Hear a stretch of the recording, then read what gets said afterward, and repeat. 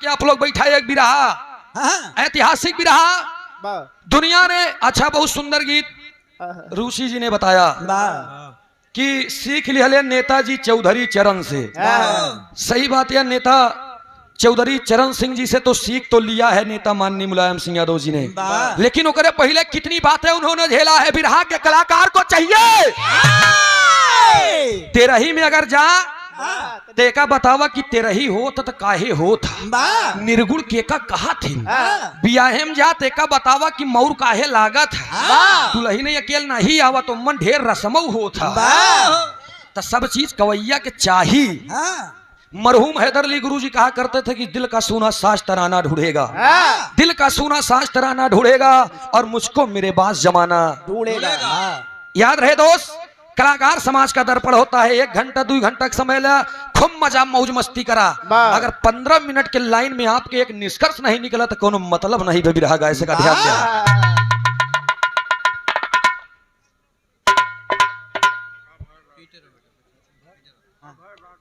और ये अभय राज सिंह जी 1 से 1 रुपया का पुरस्कार, एक जोरदार ताली बजा के आप लोग सम्मान कर दिया।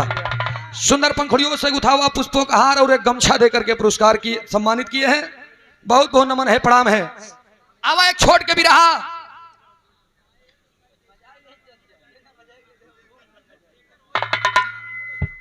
इन बहादुर यादव जी पूर्व प्रधान भिकमापुर से वर्तमान प्रधान पद के प्रत्याशी हैं आप।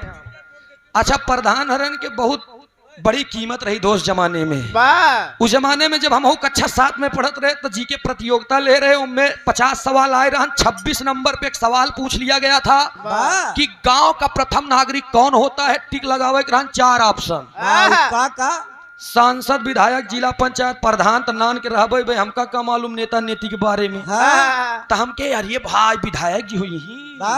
जब गाँवों में आवत थे तो 15-15 गाड़ी राइफल लेके यूं के चला आवत थे। तो हम सोचे विधायक पे लगाई दी, लेकिन मैंने तब तक सवाल को दोबारा पढ़ लिया। सवाल कह रहा था कि गांव का प्रथम नागरिक कौन है। फिर कंफ्यूज भाई यार, हमरे लोग के घरे जब झगड़ा हो था बचपना के याद आई गई। वो कौन चचा? जब बचपन हम तोहरे अम्मा बाबू राती के हमका बचपन नहीं याद है। हम सोचे कि अगली बगली जब झगड़ा हो था तो लल्लन प्रधान ही बुलेट लेके आवत सबके मैटर शांत करा, तो प्रधान पे टिक लगाई दिया। 1 हफ्ता बाद 2 नंबर मिला। डब्लू गुरुदेव 2 नंबर मिल गया। और जब 2 नंबर मिल गया तो 5 साल और बीता तो भोजपुरी दुनिया वालों ने गा दिया प्रधानवा के अरहर में, कोटे दरवा के कोटा में, बीडी सीवा के उखी में। ले बारे भोजपुरी दुनिया वालों, उनका ही नहीं पता बा कि ऊपर भगवान और नीचे प्रधान, बीच में सब झंडू बम। अरे यार, अच्छा ये पैसन प्रो चाबी भाई वही की कि हम झूठे बोलते हैं। खैर चाबी देखे के बाद हम बता सकी थी कि पैसन ही प्रो क्या। हाँ ये पैसन प्रो चाबी जेकर हो या 2 व्हीलर के जेकर चाबी हो। आवा हमारे लगे 501 दा चाबी ले जाने लाख तोड़ो 100 350 लग जाए। क्या मतलब? हाँ बहुत बहुत नमन बा, प्रणाम बा। आवा मूड मिजाज बना के बैठा एक बिरहा आप लोगों के ऐतिहासिक और वीर रस में। आई मार साहब तनी मिजाज बना ला तो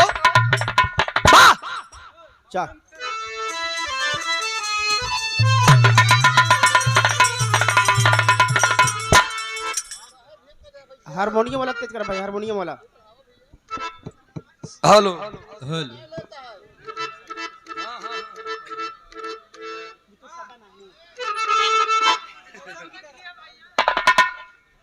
हम चाहेंगे आयोजक साहब से कि तनी चाय भेज दा, अगली पार्टी वाले मनहू लोग गरम रहे ना। तनी से कहे कि अब हमका तो चाय नहीं मिला, लेकिन वैसे से अब अहिरे के पट्टा चाहे भैंस दूहा तब हो गर्मी आई जाइए। में कौन बात यह है। जो बहादुर बजाए दे एक बार।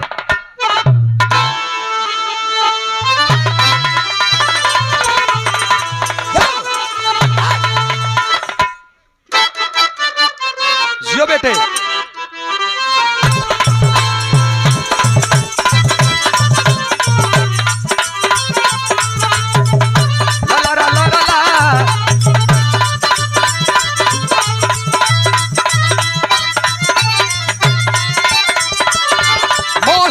तरह तुम भी बदल तो न जाओगे।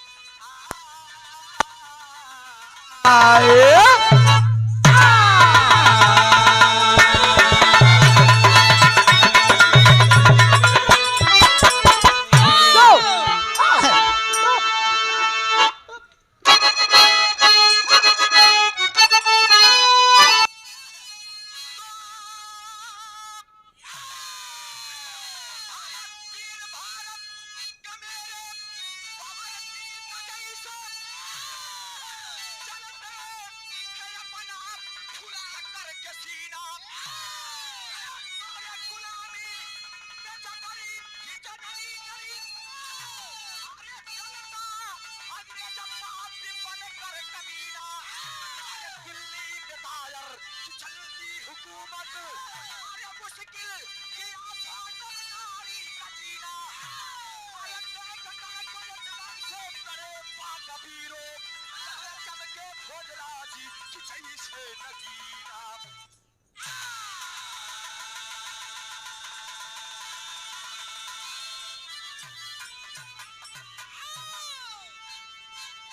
अरे वीर भारत के मेरे बाबा जीता जैसे चलते थे अपना फुला करके सीना गुलामी में जकड़ी थी जननी मेरी चलता अंग्रेज पापी बनकर कमीना यहाँ तक तो बात दुनिया जाना था चौधरी चरण सिंह जी को याद करके 23 दिसंबर के दिन हम आप लोग आज ये कार्यक्रम रखे हैं लेकिन इनके पूर्वजों ने भी कम नहीं झेला था हम इनके 4 पीढ़ी पुराने तरफ चलो जब राजा नाहर सिंह का सरकार रही है 210 गांव यानी 210 गांव यानी उतने रियासत के मलिकार रहे हैं राजा नाहर सिंह जिनकी किला आज भी नई दिल्ली में है। आज कहीं कहीं पर ये भी बताते हैं आप लोग जाबा देखबा तो आज उनके ही जमीन में मेट्रो भी बन गई है। मेट्रो ट्रेन का आना गाना है। पिछवा से पैसों ले जाओ भाई। छविलाल यादव जी 101 रुपया का पुरस्कार। नमस्ते बा प्रणाम बा आशीर्वाद की चाबा बात उस समय की है। एक और बहादुर या उस जमाने में छुआछूत बड़ा चरम सीमा पे रहे। कोलकाता के बगल में रहने वाले बैरकपुर के मंगल पांडे सुबह सुबह लेकर के लोटे में जल जा रहे थे। कहाँ? लैट्रिन अपना फ्रेश होने जा रहे थे भाई निपटान करे। हाँ मैदान है। इंद्र बहादुर प्रधान जी पूर्व प्रधान आपके तरफ से प्रत्याशी भी हैं इस बार। 101 रुपया का पुरस्कार। प्रधान पद में तुहिन थामे ना महाराज हमका लागत तो तुहिन फिर विजय हो गया। नमन बा प्रणाम बा आशीर्वाद की चावल। लेकिन ए भैया लेकर जा रहे थे और जब जात रहे तो रास्ता में उनका एक मिस्टर मिल गया। अच्छा मिस्टर हाँ तो वो लोग जौन जात बिरादरी के जब छुआछूत की भावना रहे वो बड़ा नीच जाति में आवत रहे उन लोगों के नजरों में। मिस्टर मिल गया। उन्होंने कहा कि ए साहब अब वो लेके जाता है फ्रेश हो तो कहन की बड़ी जोर से पियास लाग बा हमके ही लोटवा के पनिया पिया दा।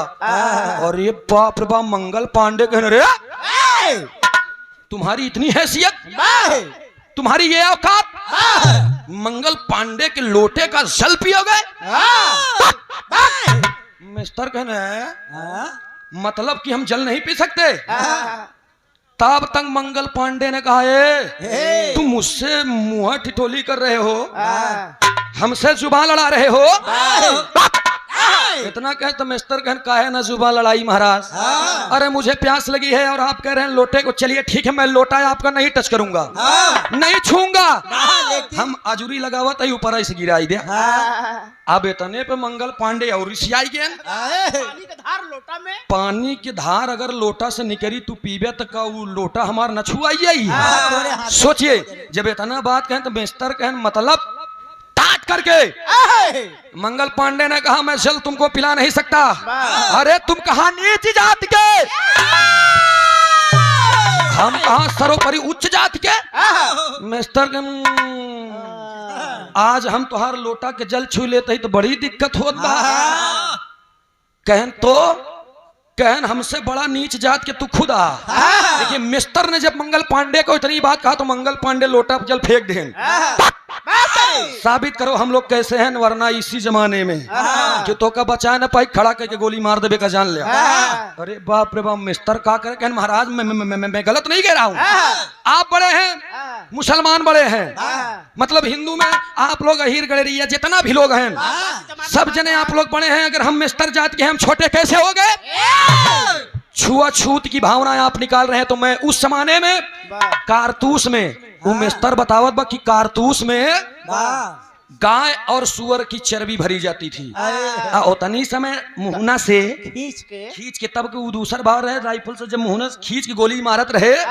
कितने पंडित लोग कितने मुसलमान भाई जब आपकी गाय माता है तो उनके चर्बी से जब मुहे से तू छीलत हा हिंचत हा तो छुआत बना तो छुआत बा तो तू कहाँ से रह गया उच्च जाति के और सुअर से दूर रहने वाले मुसलमान भाई उन्हों सुअरों चर्बियों में डाली वो उन तो नामों नहीं लेते लेकिन नहु तो मुहना से ठेलत है खींच के मारत है तो ना तो वो उच्च जाति के रह गए ना वो उच्च जाति के रह गए तो उसी लोग से बढ़िया तो बल्कि हम ही और जब इतनी बात सुने तो मंगल पांडे आए अपने घर और जब अपने घर आए तो कव्वाली के लाइन में कहल गई कैसे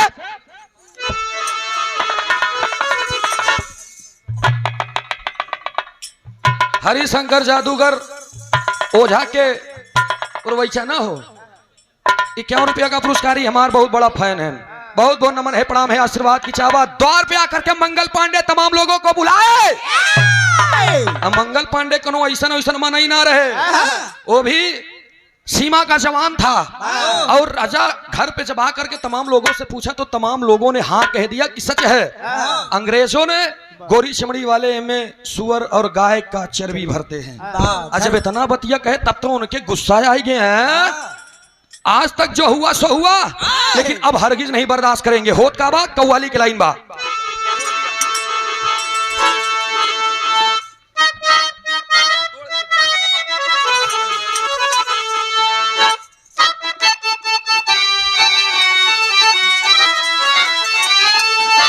दोनों दिल फेंक आशिक अपने मासूका को याद करके एक बात कह रहा है कि जा बेवफा जा दिल को मेरे एक कांच का टुकड़ा समझ करके तुमने तोड़ा है बतावत बा आका कहे आशिक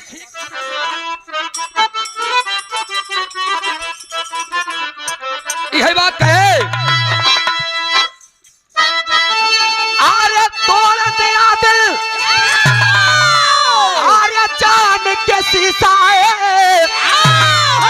तुम्हारे तोड़ दिया दिल अरे जान के शीशा अरे मीठा चला के खंजर अरे मीठा चला के खंजर नजरों में तेरे जानम है प्यार का समंदर नजरों में तेरे जानम है प्यार का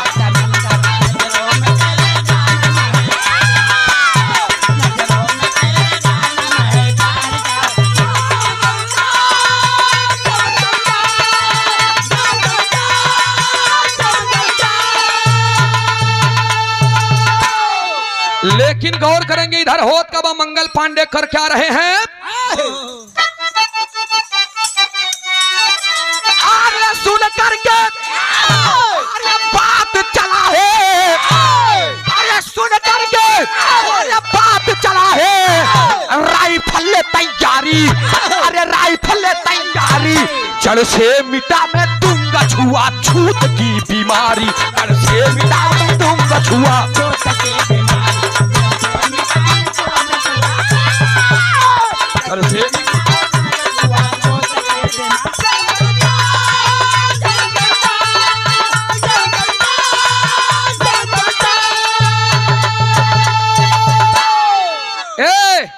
मंगल पांडे जब इस बात को सुना तो कहे कोई दिक्कत नहीं जा रहा हूं सीमा पे और देखता हूं अब ये बात हमारे दिल में लग गई है कि इतनी गद्दारी चलिए सर्जेंट मेजर के साथ तमाम बटालियन लेकर के तुम लोग अपने अपने गोल के साथ में है मंगल पांडे अपने बटालियन के साथ में गया है परेड ग्राउंड और जब परेड ग्राउंड पे गया है तब सर्जेंट मेजर ने कह दिया फायर और जब फायर कहे तब तक मंगल पांडे मुड़ के कहे नो फायर जब मंगल पांडे ने कहा नो फायर इतने पे तो सर्जेंट मेजर ने कहा पकड़ लो इसे गिरफ्तार कर लो जब इतना बात कहें जैसे दुई मनई उनके कहती बढ़े तब तक उठा के फायर होना इनके सीने में दाग दिया तार तार तार तार तार कईयों गोली दाग दे सर्जेंट मेजर वहीं पर वतन के दुलारे हो गए और जब हुआ हो गए न रे बाप तब के जमाने में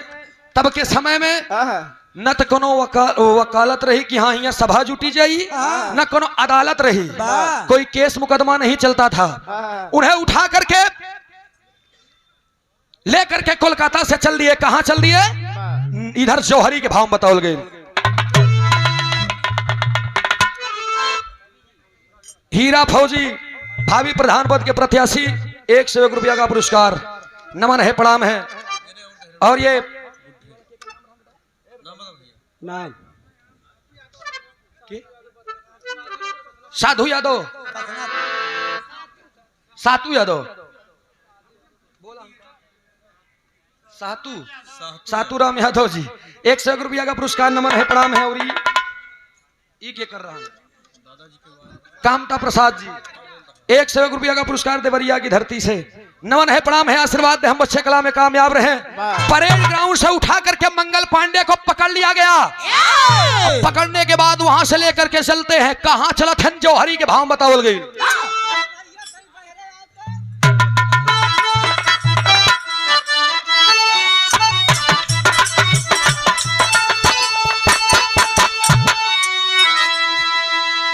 भारत वीरों की धरती जहां पे बरसे 16 पांडे ने ललकारा दागेंगे हम गोला।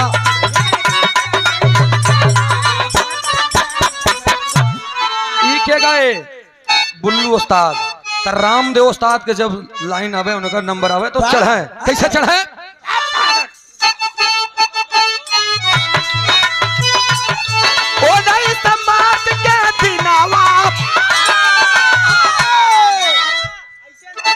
तब कैसे बेटवा हट।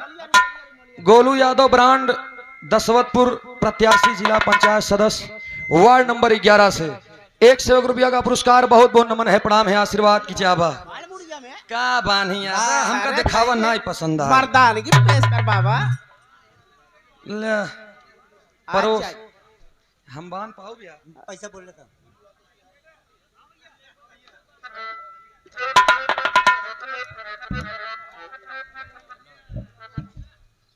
हम पता नहीं कई प्रकार की पगड़ी बांध दे महाराज की है। हम ऐसे दुही ले थी ऐसे दुही ले थी जान ले। नाम बतावा। इंद्र बहादुर यादव जी 101 रुपया का पुरस्कार प्रधान जी की तरफ से। डब्लू गुरु उस जमाना रहा उस समय रहा जब हमारे नाना कहे जब बच्चा भैंस पे नवाई दे तो हम मुंह लगाए कि पियत रहे पहले तब छोड़त रहे। हाँ एक जान लिया। हाँ पागल ऊ घराने के लड़का पेवस पिए बा। राम अभिलाख उर्फ कल्लू यादव कनकपुर की धरती से भावी प्रधान पद के प्रत्याशी 101 रुपया का पुरस्कार नमन है प्रणाम है। आशीर्वाद दे हम बच्चे कला में कामयाब रहे जहां रहे खुश रहे आबाद रहे। कहल गए कैसे?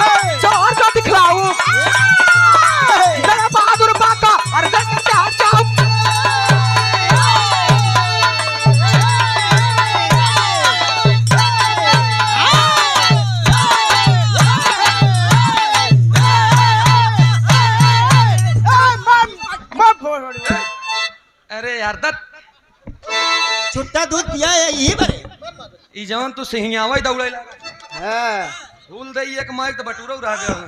अगर दूध ना पिया हो देख ली नहीं सर दूधो पिया देखत तोहार चचा भतीज के मैटर अलग बा का मंच के नीचे समझा। ए भैया दूधो पिया फंस गए। 29 मार्च बा को परेड ग्राउंड में गोली मारे ध्यान दिया मंगल सिंह पांडे। और 8 अप्रैल को खाली 1 महीना का दिन बीता बा 8 अप्रैल को उन्हें ले जा करके नई दिल्ली में फांसी दे जाती है। और जब फांसी दे दी जाती है तो वहीं से हट करके आज तो पंजाब हरियाणा में हो गया है, लेकिन उस समय वहां से पंजाब प्रांत पूरा लगावत रहे।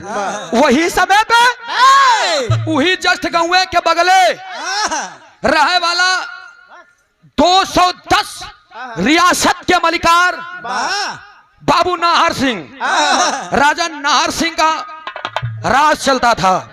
वहां के राजा थे और रजवाड़ा चलता था उनका। जब अंग्रेजों के हुकूमत चरम सीमा पे रही तब अंग्रेजों ने सुना कि यहीं के रहे वाला एगो और राजा आज तो मंगल पांडे ऐठा बा, काल ये ऐठ सका था। यहीं के रहे वाला उ रजवाड़ा के पास उ राजा नाहर सिंह के पास लिख करके लिखित चिट्ठी भेजी गई कि राजा नाहर सिंह तुम हमारे अधीन हो जाओ। अरे जब इतनी बात राजा नाहर सिंह सुने कि उन्होंने उसी को रोक दिया कि रुको रुको रुको रुको, उस करिंगा को रोक दिया, तुम रुको, मैं तुरंत 2 मिनट के अंदर आता हूं। गए लिखे उन्होंने पत्र और लिख करके उन्होंने दे दिया कि हमें अधीनता स्वीकार नहीं, भले से गर्दन कट जाए। तर्ज की लाइन लगी कैसे,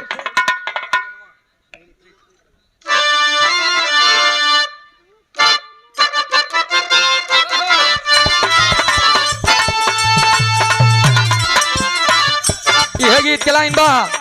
कोनो लड़की कहे हम गावा नवा नाही जा,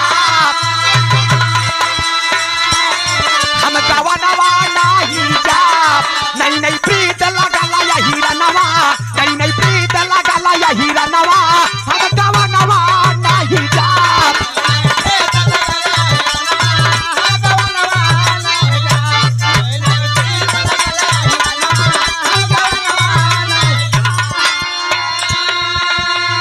लेकिन राजा नाहर सिंह बोल दिया कि हम ससनवा ना छोड़ा, हम ससनवा ना छोड़ा। सुनो, भले से कटी है मोरा गरदनवा, भले से कटी है मोरा गरदनवा, हम ससनवा ना छोड़ा।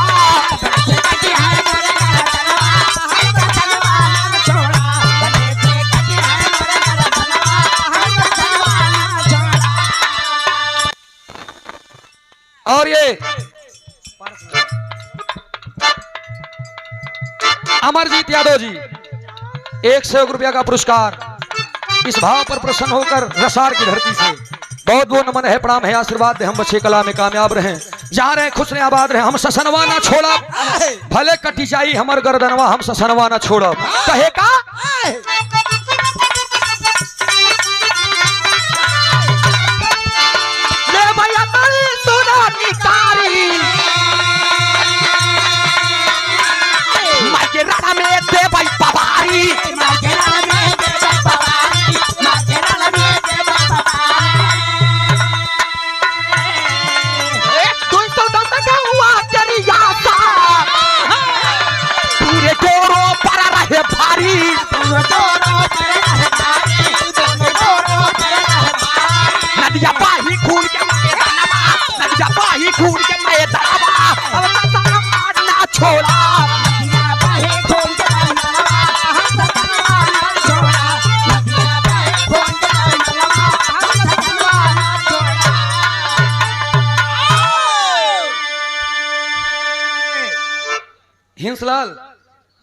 हिंचलाल जी की तरफ से 21 रुपया पुरस्कार। कहाँ गया हिंचलाल भैया, तनी रिंच लगा के और कसा, हाँ ऊपर जा। और ये इंद्र बहादुर यादव जी प्रधान जी, प्रधान पद के उम्मीदवार भी हैं आप, 100 रुपया का पुरस्कार, बहुत बहुत नमन है, प्रणाम है। ग्राम प्रधान कनकपुर से शीतला प्रसाद जी 100 रुपया का पुरस्कार, नमन बा, प्रणाम बा। जानना था कि गाड़ी तेज जात बा तो डीजल ज्यादा पी, हाँ इस बढ़ाए रहा। अशोक यादव जी डेयरी वाले, अच्छा ये शुद्ध देसी घी बा ना डेयरी, हाँ शुद्ध देसी घी, शुद्ध दही, शुद्ध मट्ठा, शुद्ध पनीर, सब कुछ शुद्ध ही मिली। देखा भाई हम कहीं देते तो गड़बड़जी दे नहीं जान ले, बहुत गरिए यही 100 रुपया पायर हम तुम्हारे पुकारिन दे रहा। हाँ तो आप लोग जाया भैया से ले हमरे, आज जहाँ तो का दिक्कत हो, अगर 1 किलो पनीर लेबे तो 150 कम कह दे। हाँ अरे भाई पनीर जैसे ज्यादा बढ़े तब उतने तक काम ही गड़बड़ हो जाएगी। 101 रुपया का पुरस्कार, नमन है, प्रणाम है, आशीर्वाद दे, हम बच्चे कला में कामयाब रहे, जहाँ रहे खुश रहे, आबाद रहे। नाहर सिंह ललकार दिए, शासन तो न छोड़ो भले हमार गर्दन कट जाई। ध्यान दे बिरहा के सुने वाले पंचो, ई बिरहा ऐसा बा की इतिहास से बा, और ये केहू की इतिहास हम आप गलत नहीं कह सकते। अब राजा नाहर सिंह लिख करके पत्र भेज दिए, कहे ले जाओ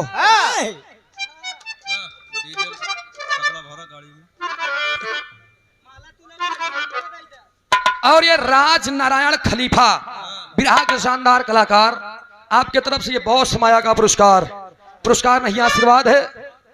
श्री चरणों में कोटि नमन, प्रणाम बाबू जी के श्री चरणों में कोटि नमन। जब बुढ़ाई दाम इतनी समय इतना चमकता है तो जवानी में दूरी से दूध एक नहीं लप लप करता। श्यामलाल यादव कवि जी, कलम के जादूगर, मेडिकल स्टोर वाले श्यामलाल कवि जी, 100 रुपया का पुरस्कार, बहुत बहुत नमन है, प्रणाम है, आशीर्वाद दे, हम बच्चे कला में कामयाब रहे, जहां रहे खुश रहे, आबाद रहे। श्याम बहादुर यादव जी सुधवा से 101 रुपया का पुरस्कार, बहुत बहुत नमन है, प्रणाम है, आशीर्वाद दे, हम बच्चे कला में कामयाब रहे। अच्छा अरे महाराज 1 रुपया हम लोग वैसे लगाई दी थी, तू सवाई दे देखा हम 101 बोली थी कि नहीं, इतना दयालु वही भाई। हाँ बहुत बहुत नमन है, प्रणाम है, आशीर्वाद की चाह एक तौर से सभी सकल पंच के नमन। एक बात तो जान लिया, गवैया के धन दान दे सके मुंह धन घटत ना है। जैसे 500 देबा काल 1000 मिली, 1000 देबा काल 2000 मिली। 4 बीघा हमारे नाम लेखला, कल 8 बीघा मिली। का यार तू हमार बनवाई है बिगाड़े। गांव का नाम ध्यान दे, बसवापुर बांसई बांस नहीं है, ध्यान दे। 101 रुपया का पुरस्कार इंद्र बहादुर यादव जी, प्रधान पद के प्रत्याशी और पूर्व प्रधान भी रहे हैं, बहुत बहुत नमन है, प्रणाम है, प्रधान जी के श्री चरणों में कोटि नमन बा। आशीष यादव जी 101 रुपया का पुरस्कार, बहुत बहुत नमन है, प्रणाम है, आशीर्वाद की चाबा, 100 से सभी सकल पंच के नमस्ते बा। ए भैया लाला यादव गोधना बाजार बीडीसी के प्रत्याशी हैं आप, 100 रुपया का पुरस्कार भैया के नमस्ते बा, प्रणाम बा, स्वागत अभिनंदन बंदन बा सबके।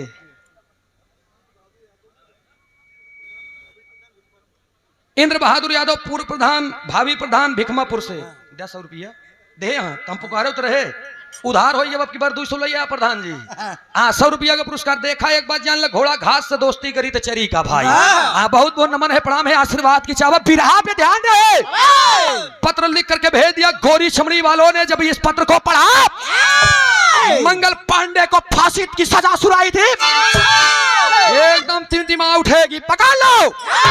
जब पकड़े बड़े हैं तो राजा नाहर सिंह ललकार दिया, कायर नहीं है हम।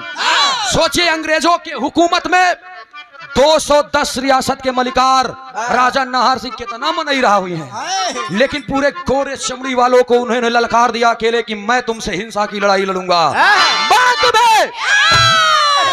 ऐसे अधीन तुम्हारे नहीं हो सकता, और ना तो तुम्हारे डरकाने से, तुम्हारे बहकाने से, तुम्हारे धमकाने से मैं अपना शासन छोड़ दूं, हरगिज नहीं हो सकता। और जब इतना बात करें तब अंग्रेजों ने जब इस बात को सुना तो यही वो मंगल पांडे धोखा कमान रहा है, और यही धोखा नाहर सिंह भी कमा रहा है। भेज दिए कैंचल, दोनों दल के सेना आ गए आमने सामने। तनी की सेना एक तरफ, पूरा अंग्रेज एकदम भिड़ गए, लेकिन बाहर है राजा नाहर सिंह। होत का एक लाइन तर्ज की लाइन बा,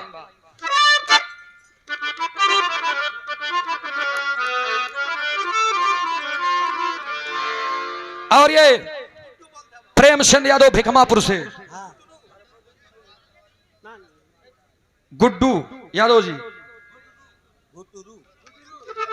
अच्छा प्रेमचंद यादव और गुटुरू भिकमापुर से बीडीसी के प्रत्याशी। 101 रुपया का पुरस्कार, बहुत बहुत नमन बा, प्रणाम बा, आशीर्वाद की चाबा। बसंतधारी यादव जी की तरफ से 51 रुपया का पुरस्कार, नमन है, प्रणाम है, आशीर्वाद की चाबा। कहे कैसे,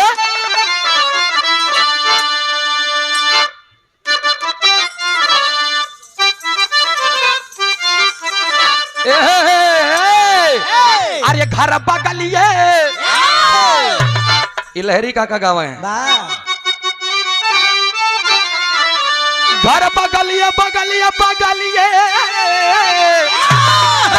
सुनने वाले बिरहा प्रेमियों, इश्क का बम बनाकर जाम पर फेंका करूं, अरे इश्क का बम बनाकर जाम पर फेंका करूं, खींच लूं तस्वीर तेरी रात दिन देखा करूं। जियो फोटोग्राफ ए, न आना बुरा है न जाना बुरा है, न आना बुरा है न जाना बुरा है, वाह हसीनों से दिल का लगाना बुरा है दिल चाहता है पकड़ लूं मैं दामन तेरा, मगर सोचता हूँ जमाना बुरा है। आजकल पब्लिक टूटा था न तो इन्हें देखी थो बड़ा कैसे बनी, मारत मारत बानर बनाई दी का ध्यान दिया कहे कैसे। अरे घर बगलिए बनल बात हम का करी,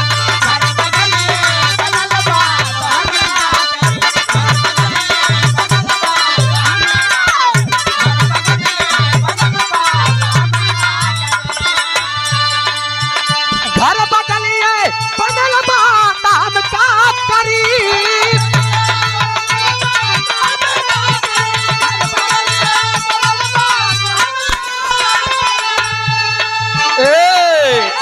आँखियन से का करी, वाह आँखियन से लाला लबा तो हम का करी, आँखियन से लाला लबा तो हम का करी।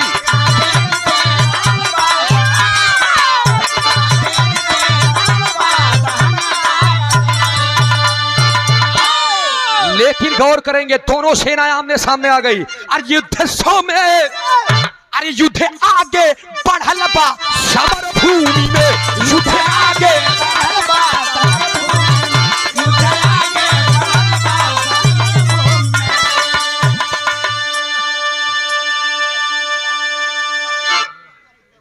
इंद्र बहादुर प्रधान जी के नमो याद हो, जब खाली 100 दे के इंद्र कही देवा कहीं बस।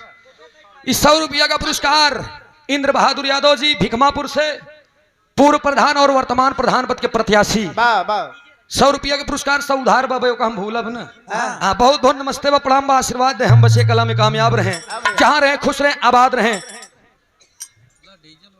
और ये विराट बिरहा आयोजन 14 जनवरी 2026 दिन में स्थान खड़गपुर सुरियावा, सुमित्रा नंदनी इलाहाबाद, महेंद्र बच्चन जौनपुर।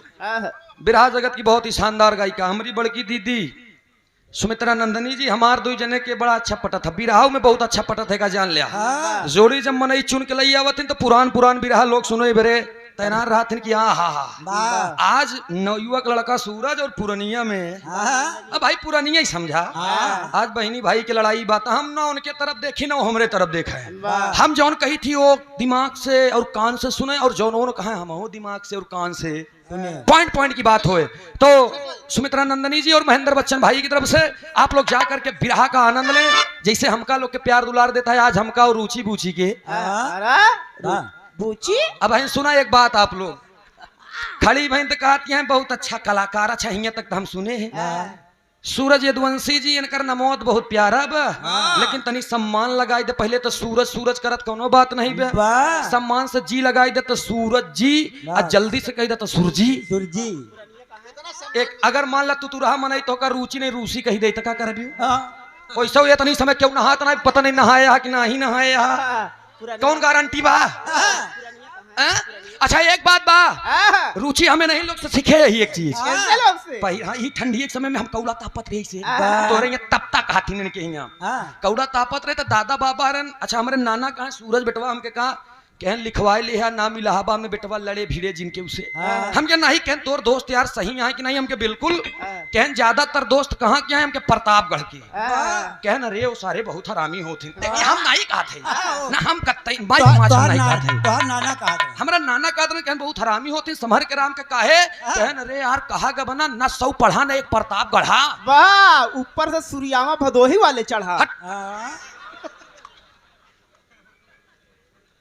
और ये हीरालाल फौजी भाभी प्रधान कनकपुर, देश सेवा के बाद गांव का सेवा के लिए तत्पर एवं समस्त कार्यकर्तागण, मनीलाल यादव आर्मी, धीरज यादव टिल्लू कहाँ है तू तो हमार जिगरी आ रहा, लेकिन तो का टिल्लू का हाथी मनाई कौन बांधने जाए दबू वाला टिल्लू थोड़ी है तू। हाँ नीतीश यादव, अभिषेक यादव, योगेंद्र यादव एवं समस्त ग्रामवासीगण जितने भी लोग हैं, पैसा हो नहीं बा हाँ यार कौन बान 1 रुपया नहीं दे आए तब हो नमस्ते प्रणाम बा आशीर्वाद की चाबा आई यार।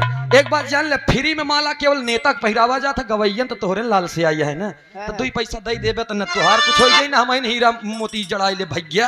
लेकिन ध्यान दीजिएगा आप, दोनों सेना फिर से दोनों सेना आपस में लड़ रही है। हो क्या बात?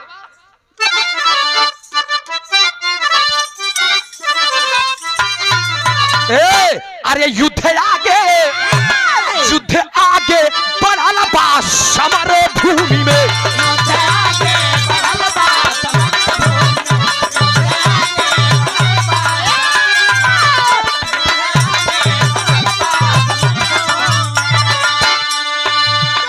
युद्ध आगे बढ़ा बा समर भूमि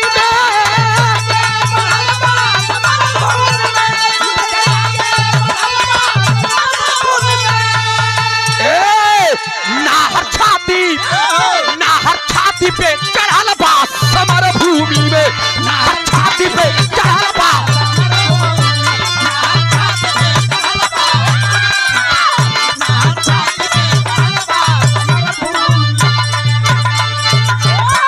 वहीं बगल के बल्लभगढ़ रियासत के मलिकार राजा नाहर सिंह चढ़ बैठा, गोरी चमड़े वाले ललकारा थवा एकदम, उनके जितने भी वीर सिपाही से सब एकदम चढ़े लागे। लेकिन भैया कहाँ 100 मनई कहाँ 1000 मनई, जब तमाम अंग्रेजों ने मारना शुरू किया, धीरे धीरे धीरे धीरे धीरे धीरे नाहर सिंह की पूरी टोली, क्यों लड़का लाइक भागत बा, क्यों अलग ही भागत बा, क्यों कपड़ा ही बचा के भागत बा, क्यों के फटा बा आधा चिपका के भागत बा, भागे पड़ा बा।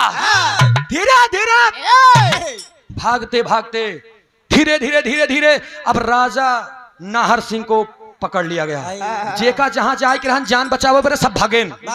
राजा नाहर सिंह को पकड़ लिया गया। जब उनको पकड़ लिया गया तब होत का बात टेरी के भाव में कहल गई।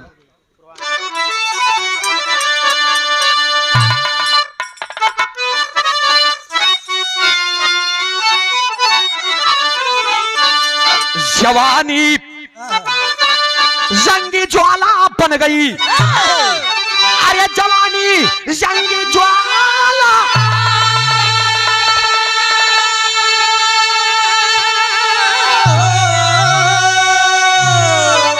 वो जवानी जंगी ज्वाला बन गई, जिल्लत भरी जिंदगी जीना है बेईमानी।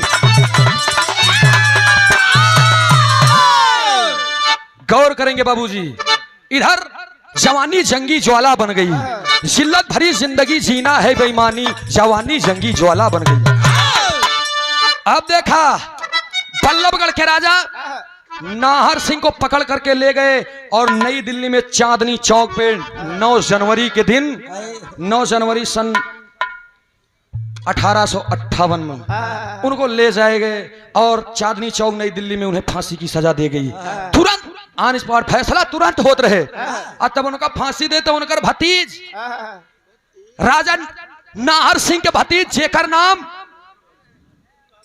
इतिहास में बतावल गया राजवीर सिंह चौधरी। अब वो बेचारू अपन लइके सब कुछ ई वक्त बग रजवाड़ा रहबे भे, जवन कुछ पाए पैसा सोना चांदी जवन नहीं कुछ थोड़ा बहुत मिला लइके पॉकेट में भागा था पर पर पर पर पर पर पर पर। अब भागते भागते राजवीर सिंह चौधरी सबको लेकर के अपने बीबी को और बीबी को लेकर के आए।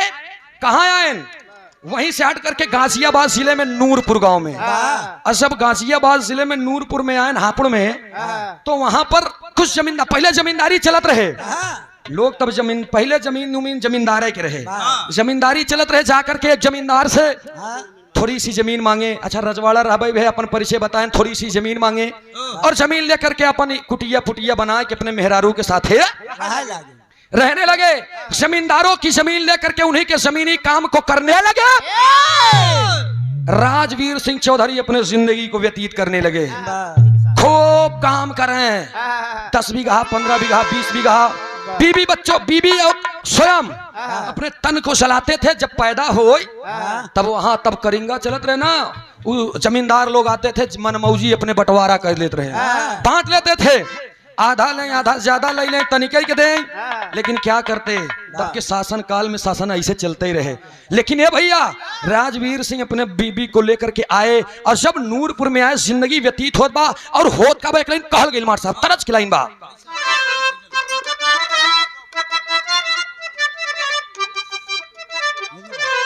इंद्र बहादुर भिकमापुर से पूर्व प्रधान वर्तमान प्रधान पद के प्रत्याशी 100 रुपया का पुरस्कार। नमन है प्रणाम है आशीर्वाद की चाबा। गीत के लाइन बा कैसे आय हाय हाय हाय। एक मरहूम हैदर अली गुरु जी का में गईले ससुरारी अरे गईले ससुरारी गईले ससुरारी बनी की दिनारात अरे हम की को कमाल कह दिया हो कमाल कह दिया रे कमाल कह दिया छोटका सारा बाप जब लावा पर रसल है अरे हम लाला की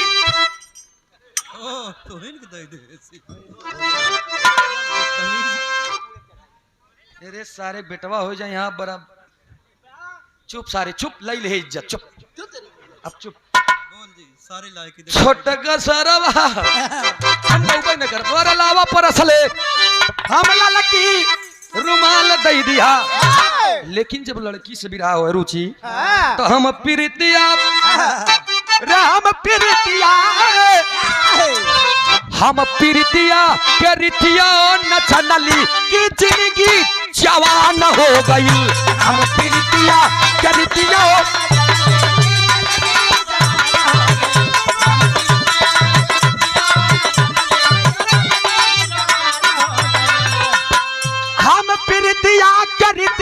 न जनली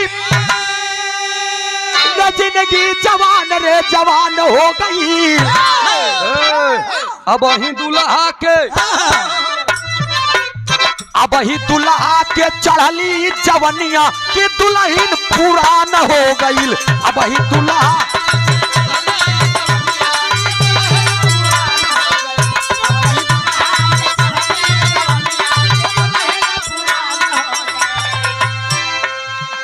और इधर होत का बाप पचाखे चांद जब राजवीर आया जमीनों में तूफान मच गया।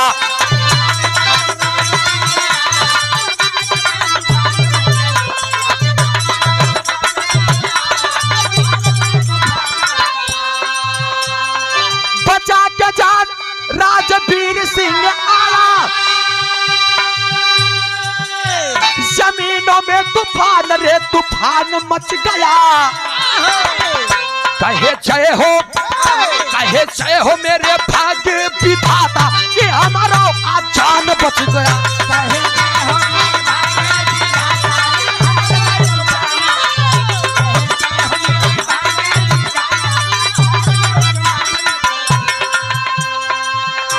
राजवीर सिंह आए नूरपुर में और उनसे भी एक लड़का पैदा भा जेकर नाम मीर सिंह चौधरी बताओ। ध्यान दीजिएगा आप राजा नाहर सिंह चौधरी के लड़का राजवीर सिंह चौधरी आ गए कहा गाजियाबाद में। देखा हुआ सहिया तब भवा और गाजियाबाद नूरपुर में। और जब इधर वीर राजवीर सिंह चौधरी के भी पत्नी से एक लड़का पैदा भन जेकर नाम मीर सिंह चौधरी बतावल गई। और जब मीर सिंह चौधरी के नाम बतावल गई तो बाबू के बपौती अपने बाबू के रियासत अपने बाबू के विरासत बड़े गौर से बड़े अदब के साथ संघर्ष के साथ उसको संजो करके रख रहे हैं। धीरे धीरे धीरे धीरे धीरे धीरे समय व्यतीत होत बा। और जब समय व्यतीत बा होत बा तब मीर सिंह चौधरी जी करत का है अंतरे के लाइन में।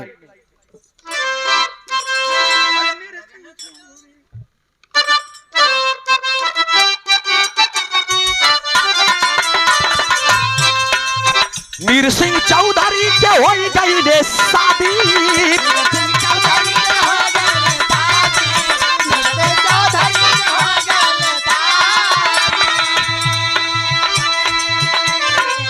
रहले गरीब देखा फैल बराबादी।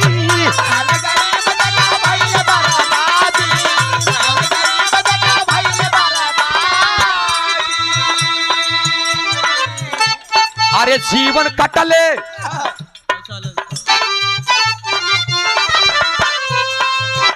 और ये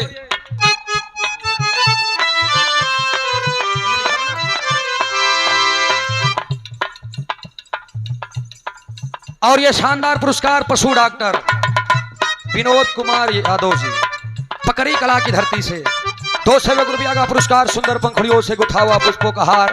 बहुत बहुत नमन है, प्रणाम है, आशीर्वाद की चाबा। आशीर्वाद दे हम बच्चे कला में कामयाब रहें, जहां रहे खुश रहे आबाद रहे। लेकिन होत का बा आज लड़ले संघर्ष के ऐसे लड़ाई कि जग में पहचान बन गया।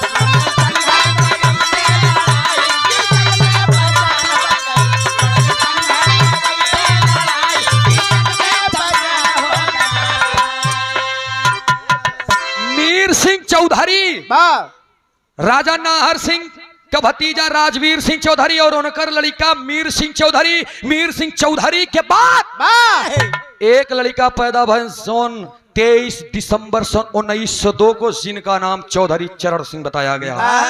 ध्यान देंगे आप लोग। और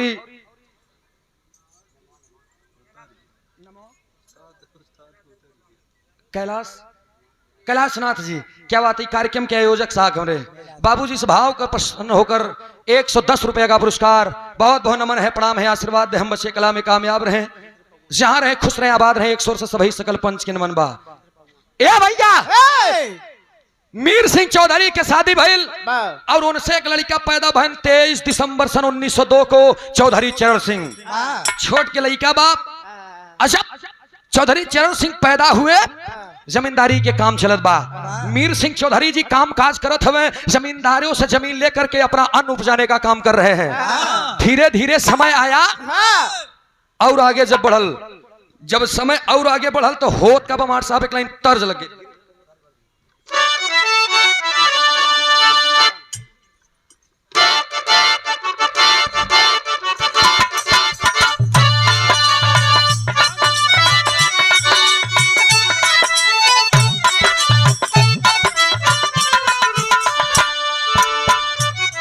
यह गीत की लाइन डब्लू गुरुदेव, बड़ी पुरान गीत है। ये गीत हमारे आजा बाबा दादा हरन के जमाने के है। आजकल के तो मनई गावत हैं सोमियाना के चौप तोरे ढोड़िए में भोग बारे गवैया। हम प्रयास करें, ध्यान देंगे दोस्त, क्यों ज्यादा बोल के अपन पहचान बनाए लेता, क्यों नाच के अपन पहचान बनाए लेता। हमार पहचान कमई बनी है, लेकिन मैंने अपने बिरहा के दम पर पहचान बनाई है। और ये आप लोगों का प्यार है, ये आप लोगों का दुलार है, संघर्ष ही जीवन है। और मैंने इस बात को कई जगह कहा है, सीखने की ललक जिसके अंदर बनी रहेगी, कोई माई का लाल पैदा नहीं है जो उसके पांव को पकड़ करके पीछे कर दे। ये आप लोगों का प्यार है, ये आप लोगों का दिलार है। कछु का दिन बीत गयो गावत मोहे गाना, 9-10 साल बीत ये बिरहा जगत में, लेकिन पुरान चीज में बड़ा दम होता है नहीं भैया। पुरान चाउर, पुरान गुड़, पुरान दाल, पुरान दारू, उसे पुरान मेहरारू। ना सही बात या। पहले के काकी दाई माई हरे ना देखा, काकी माई हरे सुनत है कि सूरजा ठीक बोलत बरे। अबे लोग चना बेर्रा के रोटी खाए हैं, जाए के देख ला मैं कितनी मेहरारू वैसे हुई दाई माई है हमार, जो 70-80 साल के हुई है, 80-90 साल के। आज वाली तो 70 साल खोई जाती है, रुचि तो समर नहीं पावत है। तू बिट्टी हम तो कहीं खाए पी लेवा करा, इनके कभो चाम चढ़बे नहीं, बस चढ़ी कि ना चढ़ी तो राम जाने। ज्यादा दिक्कत हो तो एक गाय भेज दे तोरे घरे, हम दूध पिए चाप के, जब बन जाई तो वापस के फिजिशियन गाय ले आई है। अरे यार जवान रखा, शौक से रखा। लेकिन है भैया, पुरनकी दाई माई हरन के जमाने में, अच्छा पहले के जमाने में और अब के जमाने में अंतर हुई है। क्या? पहले के दाई माई हरे रहे तो सिंदूर पूरा मांग भर के लगावत रही, बियाह हो जाए तो हिया से लेके हिया तक लगावे, चुनाई तक मोट के एकदम। तब के आजा बाबा दादा रहे 100-150 साल के जियत रहे, मोट मोट रहत रहे। तब 10-15 लड़के पैदा कर रहे हैं ना, सही हुआ। चना बेर्रा के रोटी रहत रही, राजा चाप के खात नाज मनन 1.5 रोटी आधी रोटी खा, मम्मी चटनी भात चाहे। लेकिन है भैया, आज वाली मेहरारू, पहले के मेहरारू दाई माई जब पूरा मांग भर के सिंदूर लगा तब आजा बाबा ने 100-150 साल जिए। आज वाली लड़की देख लेता ऐसे जुल्फी तनिक उठा तनिक टीक ले, जो जल्दी मर जाए दूसर बियाह करी। मार जी अब तोहार वाली कितना लगावा था एंकर वाली बेलचस लगा। लेकिन है भैया देखा ये गीत के लाइन भाई पुरान दाई माई हरन किया कौन लड़की के 17 साल में गौना हो रहा दुल्हन दुल्हा के हाल न जाना बेचारी पायल ओयल पहने रही बढ़िया रजा उठा के तनी कपड़ा छम छम छम छम छम एकी ओकी ओकी एकी करत रही बुढ़ऊ और भसुर जेठऊ बैठा रहा तो बुढ़ीवा माई कहे रे हिया आओ जबान कहन काम आई कहन तोरे जमाने में हम खूब उछलत रहे तनी संस्कार सिखले कहन कैसे तब दुल्हन से बुढ़िया माई बताओ का बताए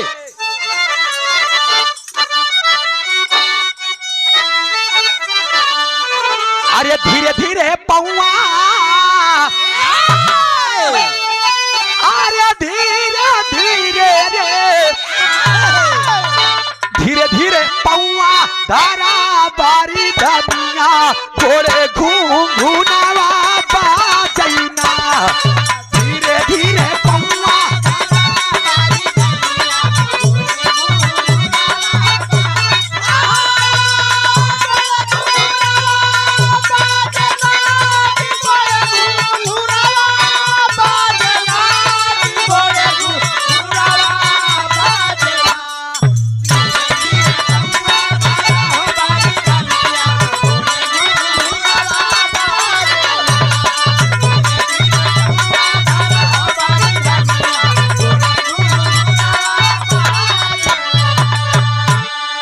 ध्यान दिया है आप लोग। अरे 1902 में पैदा भाला लानवा अरे 1902 में पैदा भाला लानवा बड़ा बुद्धि मानवा रहा लेना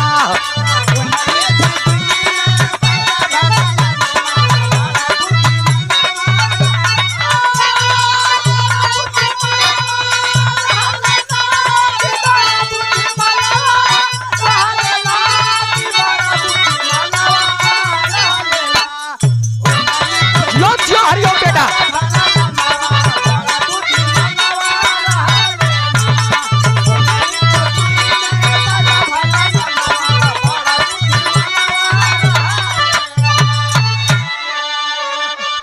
दिसंबर 1902 को पैदा हुए लेकिन समय आगे बढ़त बा एमे एलएलबी के कैले पढ़ाई आगरा विश्वविद्यालय में जाई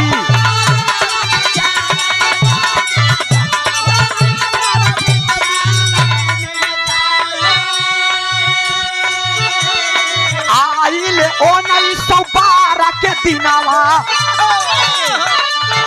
अरे आइल 1912 के दिनावा बड़ा बुद्धि मानवा रहा लेना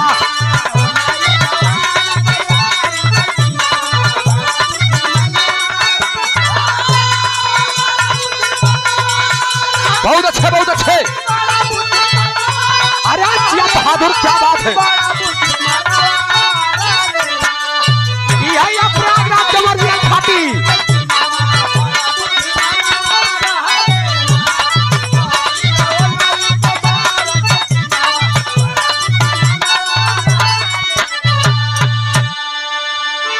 धीरे धीरे 1902 में पैदा हुआ यह चौधरी चरण सिंह एक बालक 1912 का समय आया 10 साल की आयु हो चुकी है 1912 में जमींदारी चलत रहे मैंने बताया ना मीर सिंह चौधरी जी पूरा अनाज रखवा लिए थे पुराना पैसा बाकी था जमीन का पैसा बाकी था गोरों ने जमींदारों ने अपने करिंगा को भेजा कि जाओ और मीर सिंह चौधरी से बोलो कि जो पुराना कर्जा बाकी है उसे वापस कर दे करिंगा आया 1912 में और जब आया 10 साल की उम्र हो चुकी है चौधरी चरण सिंह उनके पिताजी मीर सिंह चौधरी के सामने जा करके करिंगा कहता है कि है चौधरी है मीर सिंह मेरा कर्जा वापस कर दो ऐसा सरदार ने आदेश दिया है और जब आदेश दिया है इतनी बात सुन के चौधरी चरण सिंह देखत हमें वो एक बार तो लौट गया एक बार करिंगा लौट गया दूसरी बार फिर कुछ दिन के बाद आया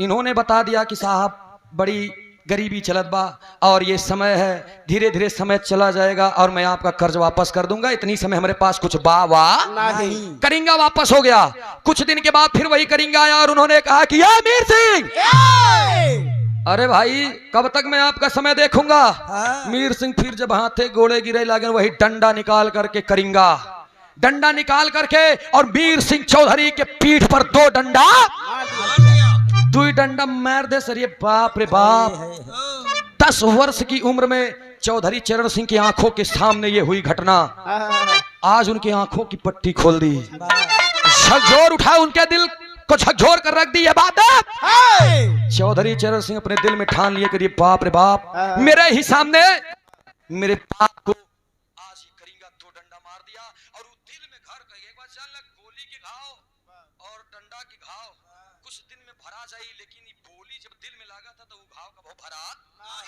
दिल में ठान लिया चौधरी चरण सिंह और पढ़ने लगे।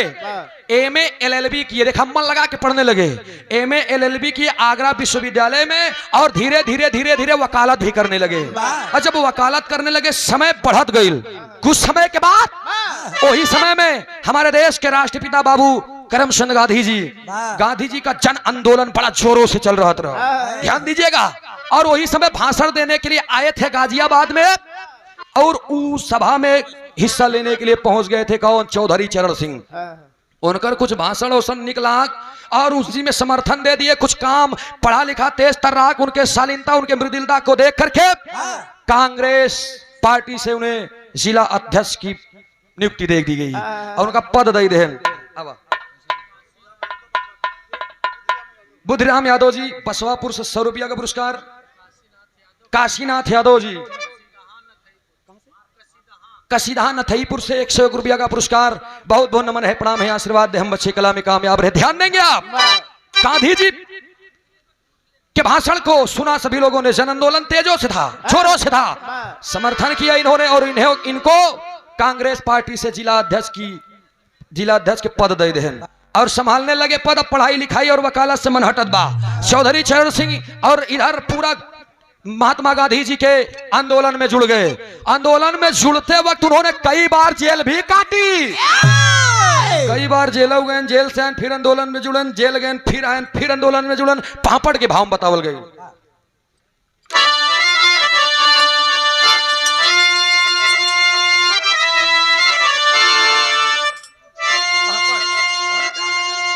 अरे 15 अगस्त 1947 मन में कलश बा, धीरे धीरे समय व्यतीत होत बा।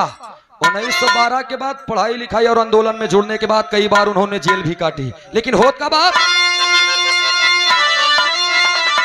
अरे आइल जब 47 के दिन आवाज जनवा गाढ़े में, आइल जब 47 के दिन आवाज जनवा गाढ़े में, कूद पड़ा है फिर बाका बलवनवा जनवा गाढ़े में।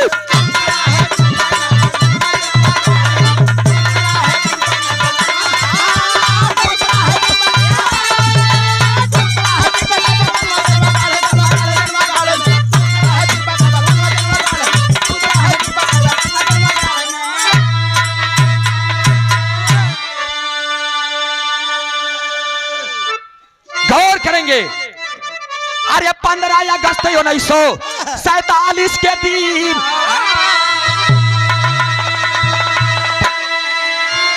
आधी आजादी मिली, बुद्धि भी नहीं, अरे अंग्रेज कहे पूरा करा करमवा जनवा गाढ़े में, अंग्रेज कहे अरे पूरा करा करमवा जनवा गाढ़े में, कूद पर आए फिर बाका पलवनवा जनवा गाढ़े में।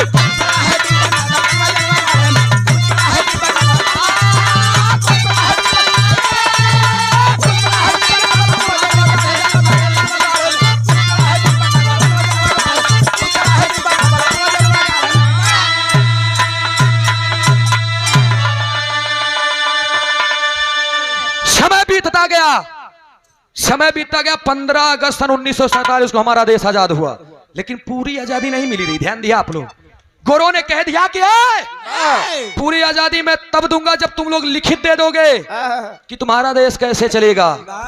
समय तो व्यतीत होत बा, अब आधी आजादी मिली बा, वही आधी आजादी के बीच में ये जंग का दौरान भी चल रहा था, जंग का ये समय भी चल रहा था। और वही समय चौधरी चरण सिंह जी को राजस्व मंत्री कब जानते हैं? हमारे देश का, हमारे यहाँ के भारत के प्रथम मुख्यमंत्री कौन बने थे? पंडित गोविंद बल्लभ पंत जी। वाह।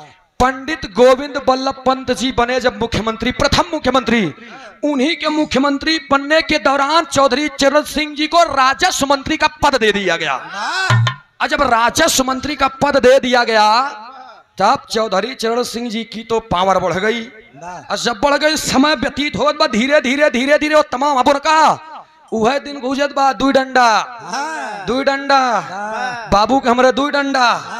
वो दिल में बा कि अरे बाप रे बाप, मैं अपने जीते जी अपने देश के लोगों को, अपने भारत के लोगों को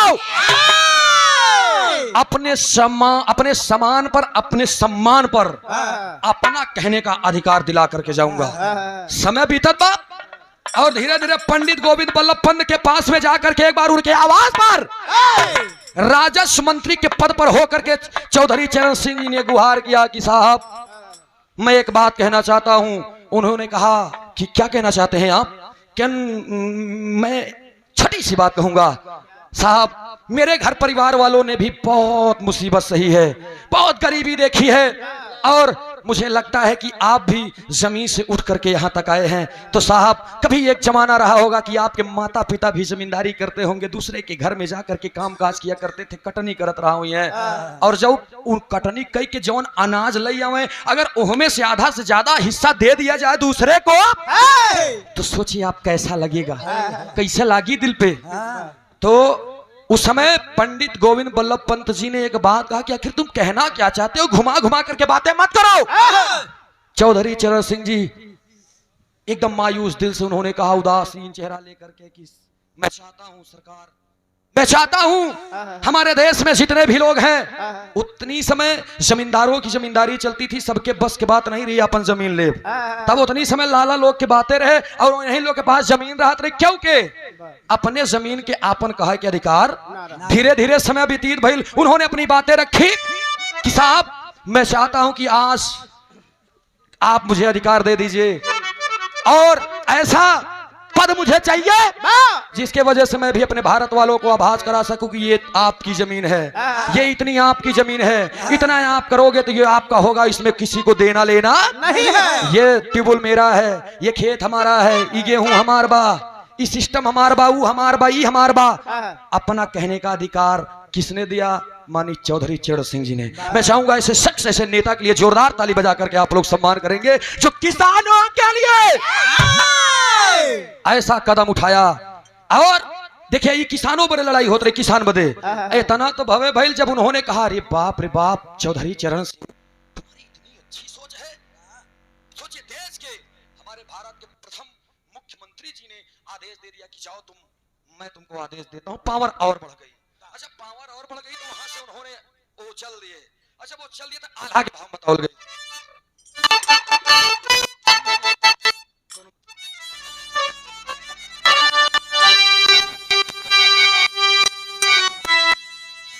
ए भैया अरे लाला ले गरीब और चमक के लड़ैया बाबू,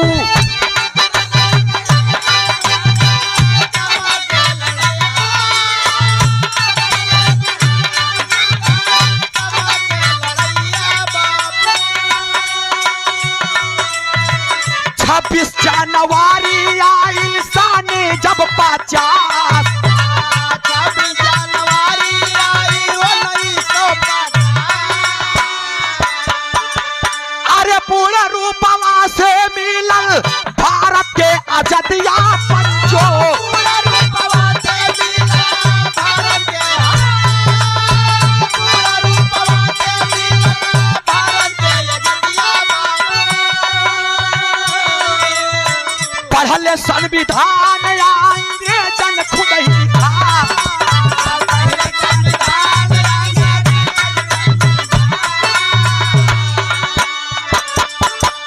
पावर बढ़ गई।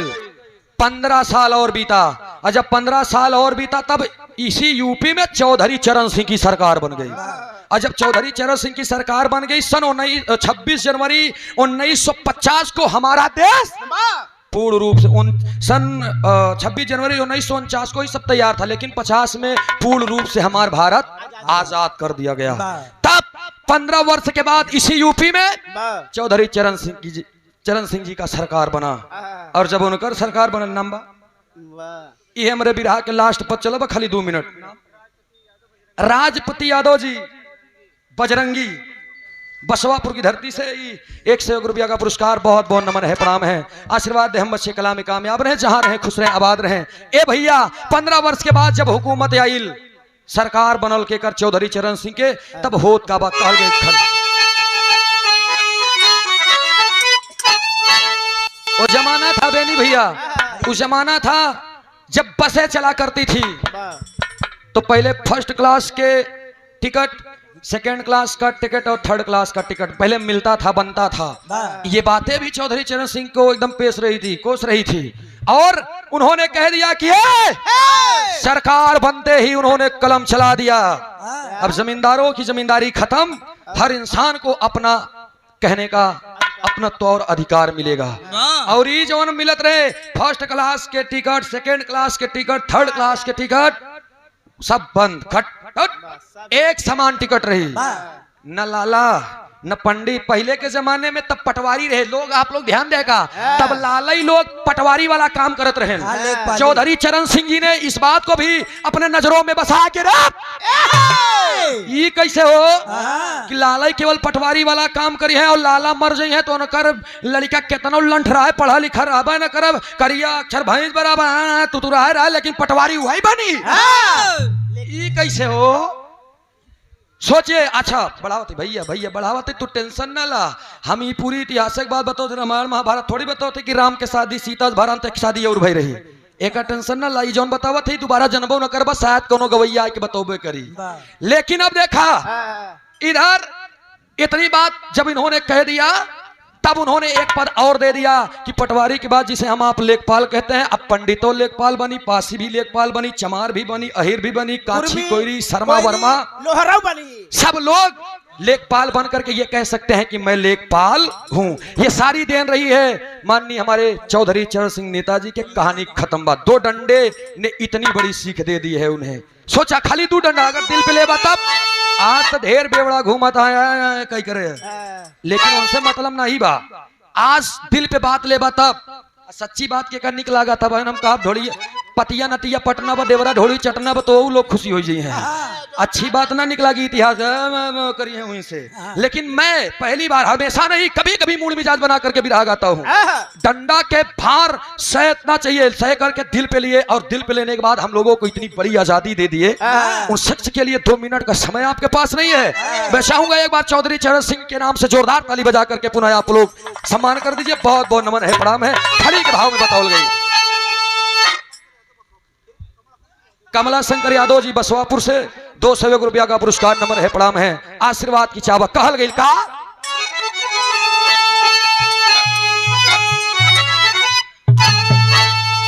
अरे दुई डंडा के करजा अरे चुकाए नेताजी, अपना कहने के हक को दिलाए नेताजी।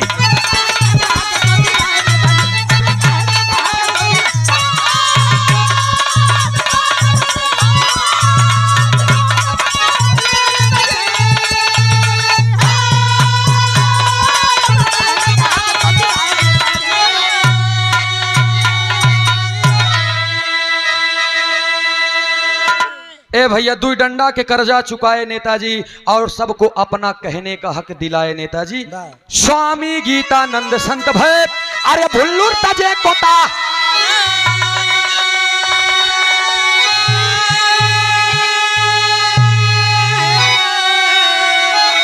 राम धार हैदर स्वर्ग सिधारे, राजा राम के कविता प्यारी हो।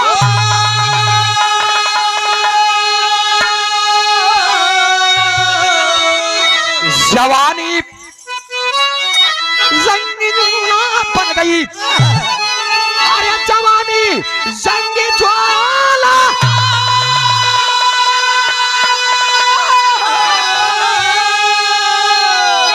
वो जवानी जंगी ज्वाला बन गई, गावे सूरज प्रदेश यादव पहिने विजय कमाला, जवानी जंगी ज्वाला बन गई।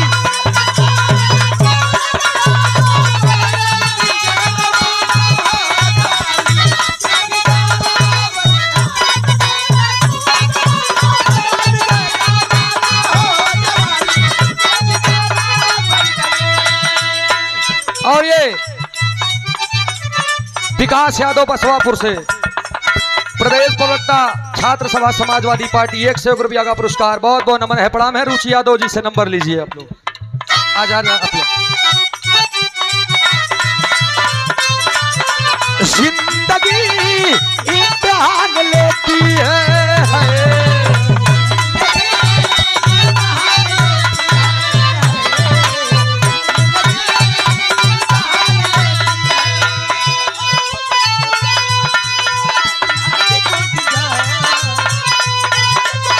अरे वाह वाह वाह,